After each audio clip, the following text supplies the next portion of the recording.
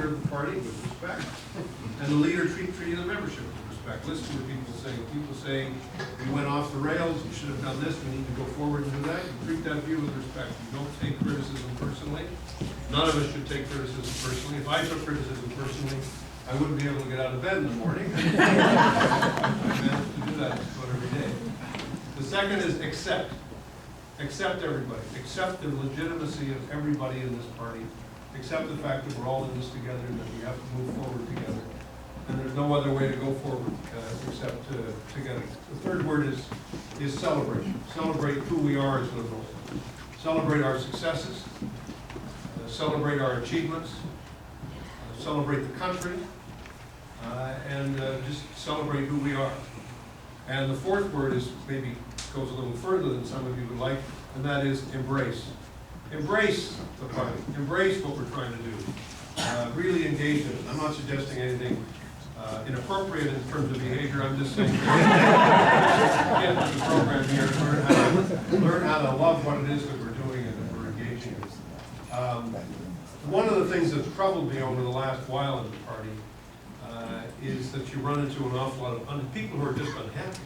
I mean, they're just not happy with the way things have been, with the way life is going, with the way things are headed, and all this sort of stuff. And if we wanted to spend a lot of time being unhappy, we could certainly do that. And there's no shortage of that in the party. So the one rule that I have with people is, don't just tell me what's wrong. Certainly tell us what's wrong, but don't just tell us what's wrong. Tell us what you think we ought to do about it and what we can do about it in a practical way, and try and make practical suggestions as to how we go forward. This is not about any one of us. It certainly isn't about me. It's not about the leadership of the party. It's not about any personality in the party. It's about the Liberal Party. And let me just put this in some context. We did not just lose the last election. We lost the last election badly. And we didn't just lose this last election. We lost ground over the last 3 or 4 elections. And I was talking to somebody last night at dinner, and somebody was saying, well, when do you think things started going a little off the rails for the Liberal Party? And I said, well, no, if you actually look at it historically, if I can just speak for a second about this, there was a long period of time between 1896 and 1957 when the Liberal Party understood that if it was going to succeed, it needed to be a party for the whole country.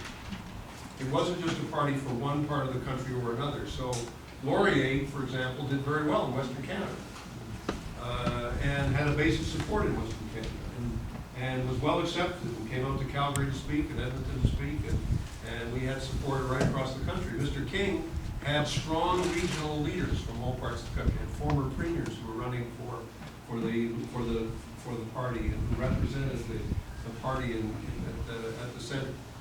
And all that changed when Mr. Diefenbaker became the Prime Minister, as we all know, in Western Canada. And we have not been able, as a party, to truly regain our position as a national party roughly since then. So don't blame one leader, don't blame the last guy and say, well, you didn't fix that problem. You have to say, no, this is an issue that we have to go back and really talk through and understand. How do we move forward as a party? How do we move forward together? And how do we make sure that we take each other seriously?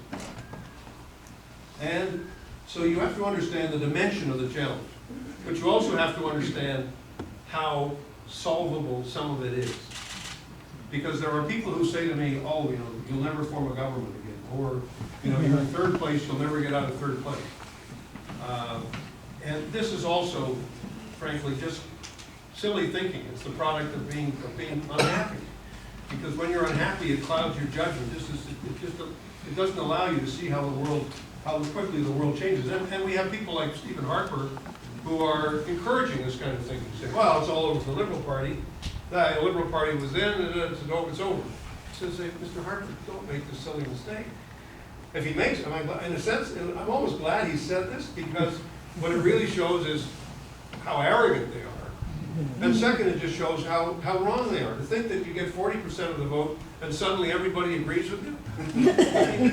It's preposterous, right? I mean, you've got 60% of the population who don't agree with the agenda. And even a lot of the people who voted for Mr. Harper probably didn't agree with him on half the subjects that he was there for. So don't ever overread your mandate in life, in politics. That's what Mr. Harper was doing. And that means for us, don't overread how permanent a defeat is. Victory is not permanent, and defeat is not permanent. And we have to remind ourselves of that. And my objective, I can tell you, as the leader for this period of time, is to build the party, to do what I can to get the party in a state of mind, in a state of culture, in a state of organization, that people will come to realize we can win the next election. We can win the next election. I've seen it done. I've seen parties go from third to first. I've seen parties go from first to third. I've seen parties go from third to second and second to first. Any combination of these things is possible. It also means we should respect the fact that the voters will decide ultimately who's going to form the government, and they're going to choose between different parties. And we have to be prepared for those choices and for that to be done.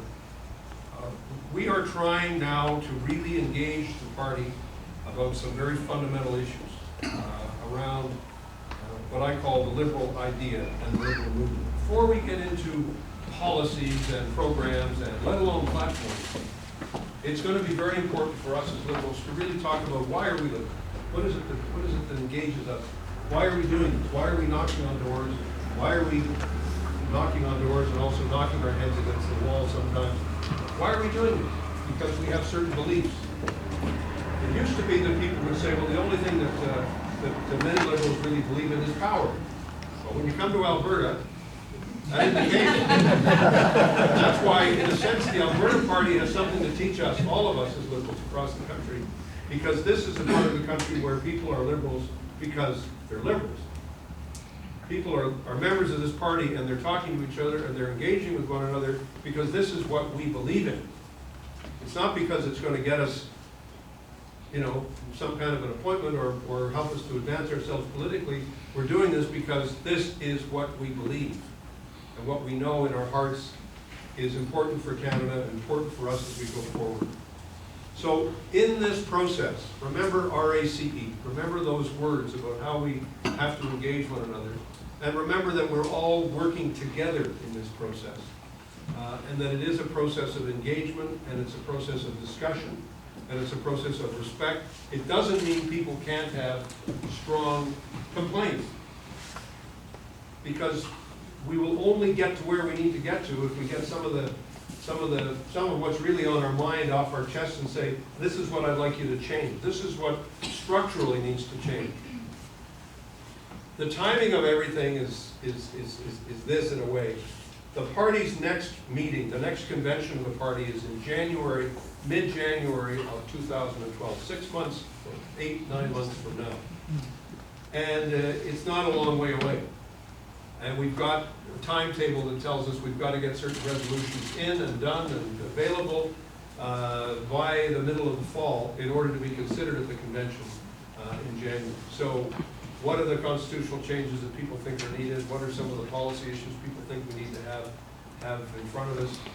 What are some of the concerns that people have about the party and how they would like things to be changed? Those are the kinds of things we need to move forward on as we head towards that January meeting. And I would encourage, I know it's, well, traveling to Ottawa in January is not exactly the height of you know, the most wonderful time to do this, but we've got to get on with that part of the job. But then we're going to have a full, another full year of discussion, full year of implementing some of these changes that are required, and some of the regeneration on the financial side as well as on the organizational side, and then we proceed from there. I have found that as leader, I'm spending a lot of my time looking at and dealing with the nuts and bolts of the party. I know many times the party leader comes in, and I know many people told me the story of the previous party leaders in the mid to distant past who said, I don't deal with internal party matters, I deal with national politics. The party people take care of the party. I don't have that luxury as the interim leader. I have to get involved and roll up my sleeves and listening to riding association presidents, and some of you may be surprised I start talking to people about riding budgets and all the things people need to know. We need to get into the details of the financing of the party, how the party really works, and how it doesn't work, and how it needs to improve, and how we need to get at all these questions. There's nothing, we can't remove ourselves from any of these questions, as well as the bigger issues of Canadian politics, which will continue to be important. So I'm in your hands. I've got to get to Kamloops this afternoon, and then on to Vancouver later on tonight. But I'm here to listen, and I'm here to learn, and we will be talking a lot about other means of communication as we go forward. And I'm really in your hands as we go forward. How do you want to proceed? Good. Well, I discussed with the candidates of making yourself into groups of 8 or 10. Right. And if you want to see us as groups, that's fine. I would encourage you, we'd like you to do that. How long are you here till? 12:30 or 12:30. Okay. I'm thinking that we should probably take till 12 o'clock. They'll give you 50 minutes to discuss and debate. And then I'd like all of us to come back and have your report, or your facilitator report from your group. And that'll give you about 25 minutes to hear what each of the groups have put together. Sounds great. Okay, so that's the plan. So I've got worksheets here. One of the areas I didn't touch on was your riding association. What changes do we need to do in your riding association? That might be a really interesting topic as well. The other thing is, do not spend a lot of your time venting on what could have been, what should have been. Let's move on. I could do that, actually. I've got the worksheets here. Please have a reporter and facilitator in each of your groups.